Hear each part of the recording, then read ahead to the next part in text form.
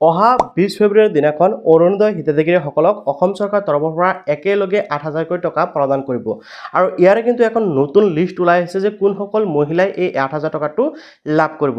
এতিয়া যদি আপোনালোকে এই 8,000 টকাটো পাব বিচাৰে লিষ্টখন এবাৰ চেক কৰিব লাগিব আৰু যদি আপুনি এতিয়ালৈকে অৰুণোদয় আঁচনিৰ বাবে আবেদন কৰা নাই তেনে ক্ষেত্ৰত আপোনালোকে নতুনকৈ কেনেকৈ অৰুণোদয় আঁচনিৰ বাবে আবেদন কৰিব পাৰিব যাতে আপোনালোকে এই 8,000 টকাটো লাভ কৰিব পাৰে। এই ভিডিঅ'ৰ জৰিয়তে কিন্তু মই এই দুয়োটা বিষয় কমপ্লিট কৰি দিম বা আপোনালোকক বুজাই দিম বা আপোনালোকক মই দেখুৱাই দিম যে কেনেকৈ আবেদন কৰিব। গতিকে এই ভিডিঅ'টো কিন্তু আপোনালোকৰ বাবে খুবেই গুৰুত্বপূৰ্ণ হ'ব। সেয়া আপোনালোকে ভিডিঅ'টো সম্পূৰ্ণ কৰি চাব, লগতে ভাল পালে নিশ্চয় লাইক আৰু কৰি চেনেলটো ছাবস্ক্ৰাইব কৰিব আগন্তুক দিনক এনেকুৱা ইম্পৰ্টেণ্ট আপডেটসমূহ পাই থাকিবলৈ। তো ফ্ৰেণ্ডসকল, প্ৰথমতে মই আপোনালোকক দেখুৱাইছোঁ অৰুণোদয় আঁচনিৰ নতুন লিষ্টখন যিখন আহিছে এই লিষ্টখন কেনেকৈ আপোনালোকে ডাউনলোডিং কৰিব বা আপোনালোকৰ নাম আছে নাই সেয়া কেনেকৈ চেক কৰিব। তাৰপিছত মই আপোনালোকক দেখুৱাম যে অৰুণোদয় আঁচনিৰ বাবে কেনেকৈ আপোনালোকে ফৰ্মখন ডাউনলোডিং কৰিব, তাৰপিছত আপোনালোকে ফৰ্মখন ফিল আপ কৰিব, লগতে ফৰ্মখন ক'ত আপোনালোকে ছাবমিট কৰিব সকলো বিষয়বস্তু জনাবলৈ চেষ্টা কৰিম। তো প্ৰথমতে মই আপোনালোকক দেখুৱাই আছোঁ যে অৰুণোদয় আঁচনিৰ নতুন লিষ্টখন কেনেকৈ চেক কৰিব পাৰিব। ঠিক আছে, এই লিষ্টখন কিন্তু সমগ্ৰ অসমবাসীৰ বাবে অৰ্থাৎ অসমৰ যিকেইটা ডিষ্ট্ৰিক্ট আছে গোটেইকেইটা ডিষ্ট্ৰিক্টৰ মানুহে কিন্তু এই লিষ্টৰ পৰা নিজৰ নামটো চেক কৰিব পাৰিব। এইটো এটা বহুত দীঘলীয়া লিষ্ট আৰু এইটো এটা বহুত মানুহৰ নাম থকা আৰু প্ৰত্যেকটো ডিষ্ট্ৰিক্টৰ নাম কিন্তু এই লিষ্টখনত আছে। সো আপোনালোকে লিষ্টখন কেনেকৈ ডাউনলোডিং কৰিব পাৰিব সেয়া জনাম, লগতে লিষ্টখনত আপোনালোকৰ নাম আছে নাই কেনেকৈ চাব পাৰিব সেয়াও জনাম। গতিকে ভিডিঅ'টো আপোনালোকে সম্পূৰ্ণকৈ চাবলৈ পাহৰি নাযাব। তো এতিয়া চাওক, আপোনালোকক এটা এটাকৈ বিষয়বস্তু মই আপোনালোকক ভালকৈ বুজাই দি আছোঁ, আপোনালোকে ধুনীয়াকৈ বুজি পাব। সব এনেকুৱা ইম্পৰ্টেণ্ট ভিডিঅ'সমূহ পাবলৈ কিন্তু আপোনালোকে কি কৰিব, চেনেলটো এতিয়াই ছাবস্ক্ৰাইব কৰি ৰাখিব, কিয়নো এনেকুৱা ইম্পৰ্টেণ্ট ভিডিঅ'সমূহ মই এই চেনেলটোৰ জৰিয়তে লৈ আহি থাকোঁ। আৰু ভিডিঅ' যদি ফেচবুক চাইছে পেজটো ফ'ল' কৰিবলৈ পাহৰি নাযাব। তো এতিয়া চাওক, মই মূল বিষয়বস্তুখিনি এতিয়া আপোনালোকক ভালকৈ বুজাই দিবলৈ চেষ্টা কৰিম, লগতে আপোনালোকে এইখন লিষ্ট কেনেকৈ ডাউনলোডিং কৰিব পাৰিব সেয়াও মই জনাম। তো লিষ্টখন ডাউনলোডিং কৰা অতি সহজ, আপোনালোকে মাত্ৰ 1 ক্লিকতে ডাউনলোডিং কৰিব পাৰিব। সেই পদ্ধতিটো মই শেষত জনাই আছোঁ।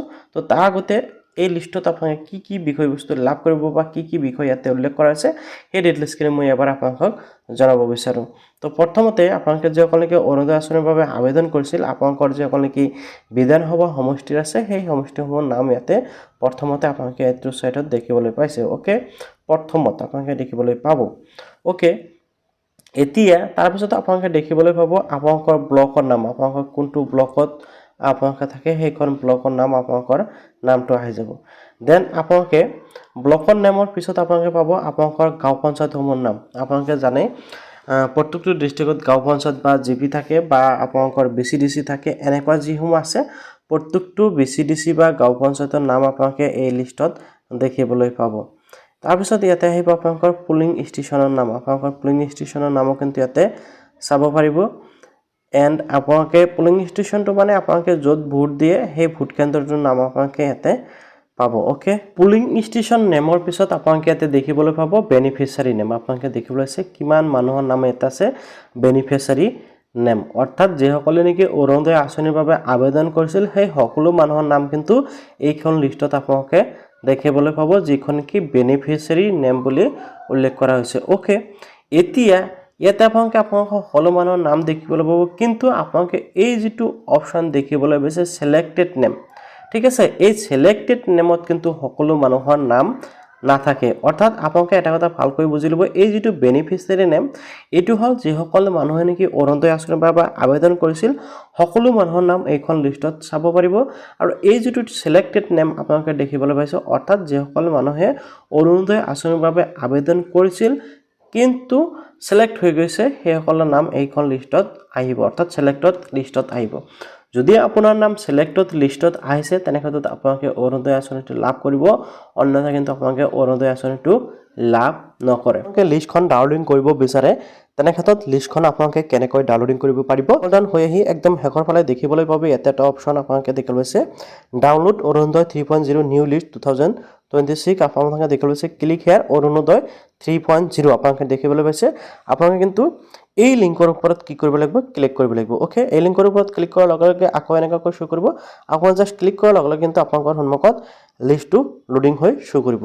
আপোনালোকে দেখা পালে যে অৰুণোদয় আঁচনিৰ নতুন লিষ্টখন কেনেকৈ চেক কৰিব পাৰি এতিয়া চাওক বাই চান্স আপুনি অৰুণোদয় আঁচনিৰ বাবে আবেদন কৰিছে বাট এইখন লিষ্টত আপোনালোকৰ নাম এতিয়াও অন্তৰ্ভুক্ত হোৱা নাই তেনে ক্ষেত্ৰত আপুনি কনফাৰ্ম কৰাৰ বাবে আৰু এটা কাম কৰিব সেয়া হ'ল আপুনি আপোনালোকৰ পঞ্চায়তত বা আপোনালোকৰ ব্লকত গৈ এবাৰ চেক কৰিব নতুন যিখন লিষ্ট আহিছে সেইখন লিষ্টত আপোনালোকৰ নাম আছে নাই অৰ্থাৎ যোনজন ব্যক্তিৰ বাবে আবেদন কৰিছিল সেইজন ব্যক্তিৰ নাম অন্তৰ্ভুক্ত হৈছে নে নাই কিয়নো বহুত সংখ্যক ব্লকৰ বা বহুত সংখ্যক পঞ্চায়তৰ নাম এতিয়ালৈকে এই লিষ্টখনত কি হোৱা নাই আপডেট হোৱা নাই কিছু ঠাইৰ আপডেট হোৱা নাই কিয়নো লাহে লাহে আপডেট হয় তো কনফাৰ্ম কৰি ল'ব এবাৰ এতিয়া ধৰি লওক বাই চান্স যদি আপোনাৰ নাম তথাপিও অন্তৰ্ভুক্ত হোৱা নাই অৰুণোদয় আঁচনিৰ লিষ্টত তেনে ক্ষেত্ৰত আপোনালোকে অৰুণোদয় আঁচনিৰ বাবে কেনেকৈ আবেদন কৰিব তো প্ৰথমতে আপোনালোকে ফৰ্মখন সংগ্ৰহ কৰিব লাগিব অৰ্থাৎ ফৰ্মখন আপোনালোকে ডাউনলোডিং কৰিব লাগিব আৰু ফৰ্মখন কেনেকৈ ডাউনলোডিং কৰিব এই ভিডিঅ'টোৰ শেষত মই দেখুৱাম গতিকে আপোনালোকে ভিডিঅ'টো সম্পূৰ্ণকৈ চাই থাকিব তাৰ আগতে মই আপোনালোকক দেখুৱাম যে আপোনালোকে কেনেকৈ অৰুণোদয় আঁচনিৰ ফৰ্মখন ফিল আপ কৰিব এইখিনিতে মই আপোনালোকৰ বাবে আৰু এটা সুখবৰ লৈ আছোঁ আৰু এটা আপোনালোকৰ বাবে সুনাল সুযোগ লৈ আছোঁ সেয়া আপুনি যদি বিচাৰে বৰ্তমান সময়ত ঘৰত বহি কিন্তু প্ৰত্যেক দিনে 500 পৰা 1000 টকা এটা ইজিলি সম্পূৰ্ণ ফ্ৰীত ইনকাম কৰিব পাৰিব কোনো ধৰণৰ এক পইচা এটা খৰচ নকৰাকৈ অৰ্থাৎ আপুনি কোনো ইনভেষ্ট নকৰাকৈ 100% ফ্ৰীত 1 পৰা 2000 টকা ইজিলি ইনকাম কৰিব আপুনি যদি বিচাৰে আৰু বেছি ইনকাম কৰিব পাৰিব আপুনি যদি অলপ সময় বেছিকৈ দিব পাৰে তো প্ৰথমতে মোৰ ইনকাম প্ৰুফ উইথড্ৰ প্ৰুফ সেয়া দেখুৱাই আছোঁ তাৰ পিছত আপোনালোকক দেখুৱাম যে আপোনালোকে কেনেকৈ ইয়াৰ পৰা ইনকাম কৰিব পেমেন্ট প্ৰুফটোত চাই লওক ইয়াতে কিন্তু মোৰ 31 ডিচেম্বৰ তাৰিখে ইয়াতে চাওক মই ওপেন কৰি আপোনালোকক আকৌ দেখুৱাই আছোঁ ইয়াতে চাওক 31 ডিচেম্বৰ তাৰিখে মোৰ 17340 টকা মোৰ বেংক একাউণ্টত ক্ৰেডিট হৈছিল আপোনালোকে নিশ্চয় দেখিবলৈ পাইছে এতিয়া মই এপছটো ওপেন কৰি দেখুৱাই আছোঁ চাওক মই এপছটো ওপেন কৰিছোঁ মই ট্ৰানজেকশ্যন অপশ্যনত ক্লিক কৰিলোঁ ট্ৰানজেকশ্যন অপশ্যনত ক্লিক কৰাৰ লগে লগে ইয়াতে চাওক মই 25500 টকা উইথড্ৰ লগাইছোঁ আপোনালোকে দেখিবলৈ পাইছে আৰু এই টকাটো আহিবলৈ 10 বিজনেছ ডেজৰ ভিতৰত কিন্তু টকাটো আহি যায় 100% টকাটো আহি যায় বহুত সংখ্যক ভাবে যে টকা নাহে বুলি ইয়াতে 100% টকাটো আহি যায় 10 বিজনেছ ডেজৰ ভিতৰত টকাটো আহি যাব আপোনালোকে দেখিবলৈ পাইছে 31 ডিচেম্বৰৰ পিছত মই 25500 টকা অলৰেডি ইনকাম কৰিলোই আৰু ইয়াতে চাওক মোৰ ওয়ালেটত এতিয়াও 2600 টকা আকৌ জমা হৈ গৈছে তো আপোনালোকে যদি বিচাৰে ইয়াৰ পৰা 100% ফ্ৰীত ইনকাম কৰিব পাৰে নিশ্চয় আপোনালোকে মোৰ ইনকাম প্ৰুফটো দেখা পালে এতিয়া কথা হ'ল আপুনিও যদি ভাবে যে এনেকৈ মোৰ নিচিনাকৈ আপুনিও ইনকাম কৰিব তেনে ক্ষেত্ৰত মই অলৰেডি এই বিষয়ৰ ওপৰত এটা ফুল টিউটোৰিয়েল ভিডিও বনাই ৰাখিছোঁ য'ত মই আপোনালোকক দেখুৱাইছোঁ যে ইয়াতে আপোনালোকে কেনেকৈ ৰেজিষ্ট্ৰেশ্যন কৰিব ৰেজিষ্ট্ৰেশ্যন কৰাৰ পিছত আপুনি কেনেকৈ প্ৰচুৰ পৰিমাণে টকা ইনকাম কৰিব সেই বিষয়ে এই ভিডিঅ'টোত মই অলৰেডি ফুল ডিটেইলছত দেখুওৱা আছে গতিকে আপোনালোকে ইনকাম কৰিব বিচাৰিলে এই ভিডিঅ'টোৰ ডেসক্ৰিপশ্যনত সেই ভিডিঅ'ৰ লিংক মই দি ৰাখিছোঁ তাৰে পৰা ভিডিঅ'টো এবাৰ ভালকৈ চাই লওক আৰু আপুনি নিজেও 100% ইনকাম কৰা আৰম্ভ কৰিব পাৰিব তাৰ পৰা আপুনি ইনকাম কৰক 100% ফ্ৰীত কৰিব পাৰিব তো এতিয়া মই আপোনালোকক দেখুৱাই আছোঁ যে আপোনালোকে কেনেকৈ অৰুণোদয় আঁচনিৰ ফৰ্মখন ফিল আপ কৰিব পাৰিব আৰু শেষত মই আপোনালোকক দেখুৱাম যে আপোনালোকে ফৰ্মখন কেনেকৈ ডাউনলোডিং কৰিব আপোনালোকে যাতে বুজি পায় তাৰ বাবে মই এনেকৈ ফৰ্মটো ফিল আপ কৰি ৰাখিছোঁ প্ৰথমতে চাওক এইখন বাকচত কিন্তু আপোনালোকে ফটো এক কপি লগাব লাগিব তাৰপিছত আপোনালোকে ষ্টেপ বাই ষ্টেপ ফৰ্মটো ফিল আপ কৰিব লাগিব তো প্ৰথমতে সোধা হৈছে are you an existing beneficiary under Orunodoi scheme যদি আপোনালোকে আগৰ পৰা অৰুণোদয় আঁচনি টকা লাভ কৰি আছিল তেনে ক্ষেত্ৰত আপোনালোকে এই যিটো বাকচ দেখিবলৈ আছে প্ৰথমটোত আপোনালোকে টিক কৰিব মই যিজন ব্যক্তিৰ বাবে মানে মই এইটো এটা ডেমো বনাইছোঁ ডেমো ফৰ্ম বনাইছোঁ আপোনালোকে কিছুমান ঠাইত ডেমো দেখিবলৈ পাব মই নিউ এপ্লাই কৰি আছোঁ যাৰ বাবে মই নো অপশ্যনত ক্লিক কৰি দিছোঁ আপোনালোকে যদি আগৰ পৰা পাই আছে তেনে ক্ষেত্ৰত জাস্ট ইউজ কৰিব বাকি ডিটেইলছসমূহ কিন্তু আপোনালোকে সেম টু সেম একে ধৰণে দিব লাগিব জাস্ট প্ৰথম যেটো option are you an existing beneficiary আপোনালোকে জাস্ট এই অপশ্যনটো দুই ধৰণৰ হ'ব পাৰে ঠিক আছে বাকিসমূহ সেম প্ৰসেছতে হ'ব তাৰ পিছত ইয়াতে আহিছে ৰেশন কাৰ্ডৰ নাম্বাৰ আপোনালোকৰ ৰেশন কাৰ্ড নিশ্চয় আছে আৰু আপোনালোকে সকলোৱে জানে যে ৰেশন কাৰ্ড নথকা পৰিয়ালে কিন্তু এতিয়াৰ পৰা অৰুণোদয় আঁচনিৰ সুবিধা লাভ নকৰে গতিকে আপোনালোকৰ ৰেশন কাৰ্ড থকাটো বাধ্যতামূলক যদি আপোনালোকে অৰুণোদয় আঁচনিৰ বাবে আবেদন কৰিব বিচাৰে আৰু আপোনালোকে ইয়াতে কিন্তু ৰেশন কাৰ্ডৰ নাম্বাৰটো বহাব লাগিব তাৰপিছত ইয়াতে আছে ডিস্ট্ৰিক্ট আপোনালোকৰ যোনটো ডিস্ট্ৰিক্ট হয় আপোনালোকে ডিস্ট্ৰিক্টৰ নামটো বহাব এণ্ড ইয়াতে আছে আপোনালোকৰ এলএচি নেম আপোনালোকৰ বিধানসভা সমষ্টিৰ নাম আহিছে আপোনালোকে এইটো দি দিব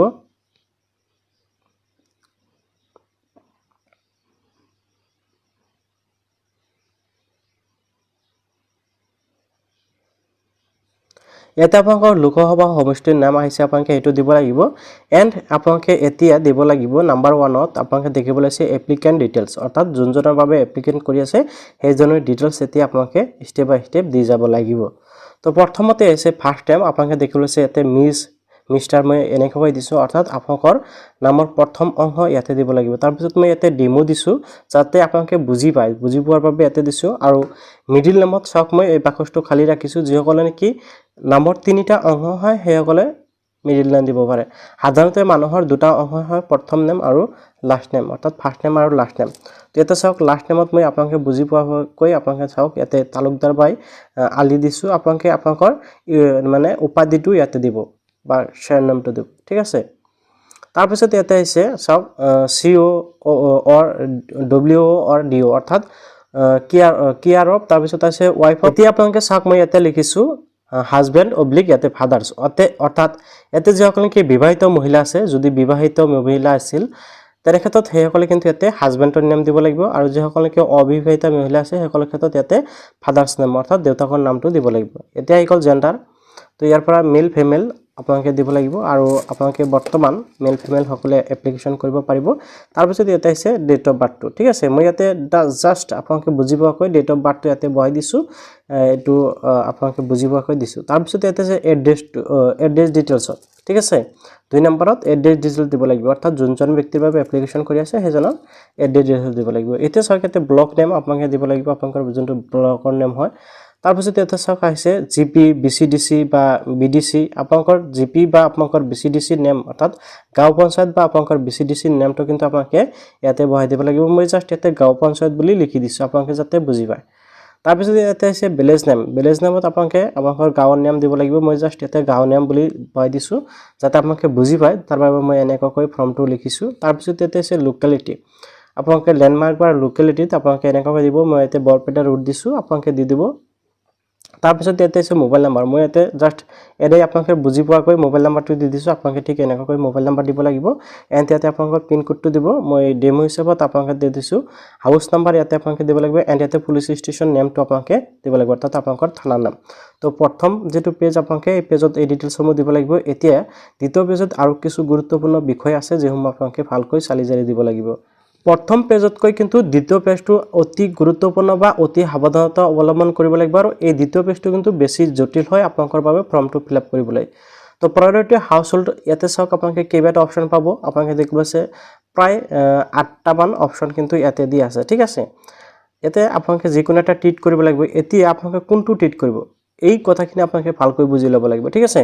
এতিয়া চাওক উইণ্ড' S40+, 45+, তাৰপিছত দিব্যাংগজন, ডিভৰ্চ মহিলা, ওমেন, AAY বেনিফিচিয়াৰী, এনেকুৱা কিন্তু কেইবাটাও অপশ্যন আছে। Household income less than 2 lakh annual, তো এনেকুৱা কিন্তু কেইবাটাও অপশ্যন ইয়াতে আছে। তো ইয়াৰ পৰা আপোনালোকে বিচাৰি ওলাব লাগিব যে আপোনালোকে কোনটো পৰিয়ালৰ পৰা বিলং কৰে, বা আপুনি যে অৰুণোদয় আঁচনিৰ বাবে এপ্লাই কৰি আছে আপুনি কোনটো বিভাগৰ পৰা বা কোনটোত আপোনালোকে চিলেক্ট কৰিব লাগিব, যাৰ জৰিয়তে আপোনালোকে অৰুণোদয় আঁচনিৰ বাবে যোগ্য বুলি বিবেচিত কৰা হৈছে। তাৰপিছত ইয়াতে আপোনালোকৰ বেংকৰ ডিটেইলছ দিব লাগিব, একাউণ্ট ডিটেইলছসমূহ দিব লাগিব। প্ৰথমতে আছে ইয়াতে বেংক একাউণ্ট নাম্বাৰ, আপোনালোকে একাউণ্ট নাম্বাৰটো ধুনীয়াকৈ দিব যাতে আপোনালোকে বুজি ভুল নকৰে। তাৰপিছত ইয়াতে আছে বেংক নেম, মই জাষ্ট SBI লিখি দিছোঁ, আপোনালোকৰ যোনটো বেংক হয় আপোনালোকে এইটো দিব। তাৰপিছত বেংকৰ ব্ৰাঞ্চৰ নেম, আপোনালোকৰ যোনটো বেংকৰ ব্ৰাঞ্চৰ নেম হয় আপোনালোকে এই ডিটেইলছসমূহ কিন্তু আপোনালোকৰ বেংকৰ যিখন নেকি পাছবুক আছে, আপোনালোকৰ একাউণ্টৰ পাছবুক আছে, সেই পাছবুকখনত কিন্তু আপোনালোকে ডিটেইলছসমূহ পাই যাব। তাৰপিছত আছে IFSC কোড আপোনালোকে দিব লাগিব। তাৰপিছত ইয়াতে চাওক bank passbook front page attach, আপোনালোকে এইটো ইউজ কৰিব। আৰু আপোনালোকৰ বেংকৰ পাছবুক কিন্তু কি কৰিব, ফটো ষ্টেট কৰি এই ফৰ্মখনৰ লগত এটা গাঁঠি দিব, বাকী যিসমূহ ডকুমেণ্টছ আছে সেইসমূহৰ লগত দি দিব। এইটো আপোনালোকৰ বাবে খুবেই ভাল হ'ব। তাৰপিছত কনচেণ্ট আপোনালোকে দেখিব লৈছে এণ্ড চেল্ফ ডিক্লাৰেশ্যন, কনচেণ্টত আপোনালোকে দেখিব লৈছে কনচাল্টত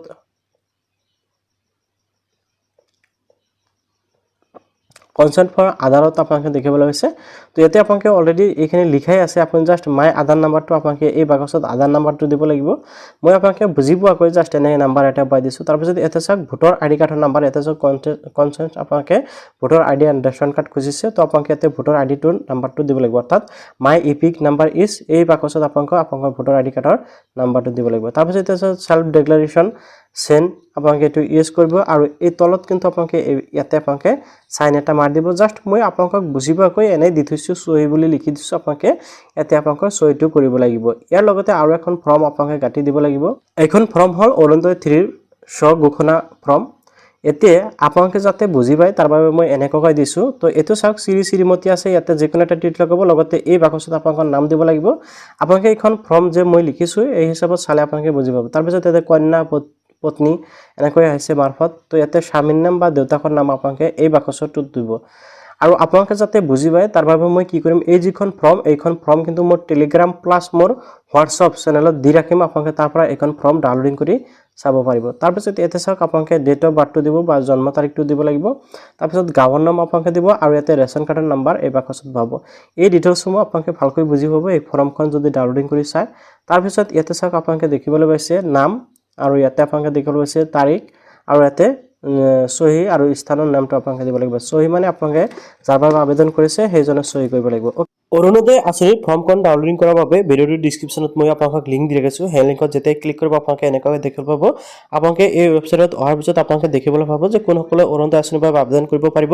লগতে আপোনালোকৰ কি ডকুমেণ্টছ লাগিব ইয়াতে উল্লেখ কৰা হৈছে আপোনালোকে স্ক্ৰল ডাউন কৰি আহিব এতিয়া জাষ্ট আপোনালোকে ফৰ্মটো ডাউনলোডিং কৰাৰ বাবে স্ক্ৰল ডাউন হৈ আহিব স্ক্ৰল ডাউন হৈ আহি আপোনালোকে এটা ৱেবছাইট দেখিবলৈ পাব ইয়াতে চাওক দেখিবলৈ হৈছে নাম্বাৰ 6ত form download click and download আপোনালোকে এই যেটো অপশ্যন দেখিছে অৰুণোদয় 3.0 ফৰ্ম ডাউনলোড আপোনালোকে জাষ্ট ইয়াতে ক্লিক কৰিলে আপোনালোকৰ কিন্তু ফৰ্মটো ডাউনলোডিং হৈ যাব আৰু ইয়াৰ পৰা আপোনালোকে ফৰ্মটো ডাউনলোডিং কৰি প্ৰিণ্ট আউট কৰি কিন্তু আপোনালোকে অৰুণোদয় আঁচনিৰ বাবে অতি সহজতে আবেদন কৰিব পাৰিব এতিয়া চাওক ফ্ৰেণ্ডসকল যদি আপোনালোকে অৰুণোদয় আঁচনিৰ বাবে আবেদন কৰিব বিচাৰে ফৰ্মখন কেনেকৈ ফিল আপ কৰিব সেয়া দেখুৱালোঁ এতিয়া আপোনালোকে যদি ফৰ্মখন ডাউনলোডিং কৰিব বিচাৰে এই ভিডিঅ'টোৰ ডিছক্ৰিপশ্যনত কিন্তু মই লিংক দি ৰাখিছোঁ ফৰ্মৰ তাৰ পৰা আপোনালোকে ডাইৰেক্ট ফৰ্মটো ডাউনলোডিং কৰিব পাৰিব অ'কে তো ফৰ্মটো ডাউনলোডিং কৰি আপোনালোকে প্ৰিণ্ট আউট কৰিব ফিল আপ কৰি আপোনালোকে আপোনালোকৰ গাঁও পঞ্চায়তত গৈ আপোনালোকে ফৰ্মখন জমা দিব লাগিব আৰু কি নথিপত্ৰ লাগিব সেয়া মই ইতিমধ্যে ভিডিঅ'ৰ মাধ্যমত যদিও কৈছোঁ আৰু এবাৰ কৈ দিওঁ আপোনালোকৰ 1 নম্বৰত লাগিব ৰেচন কাৰ্ড 2 নম্বৰত আধাৰ কাৰ্ড 3 নম্বৰত ভোটাৰ আইডি আৰু 4 নম্বৰত থাকিব লাগিব আপোনাৰ বেংক পাছবুক এইকেইটা ডকুমেণ্টছ হ'লে আপুনি অৰুণোদয় আঁচনিৰ বাবে ইজিলি আবেদন কৰিব পাৰিব ভিডিঅ'টো ভাল নিশ্চয় লাইক কৰিব আৰু ভিডিঅ'টো আগলৈ হ'লে বেছিকৈ শ্বেয়াৰ কৰি দিব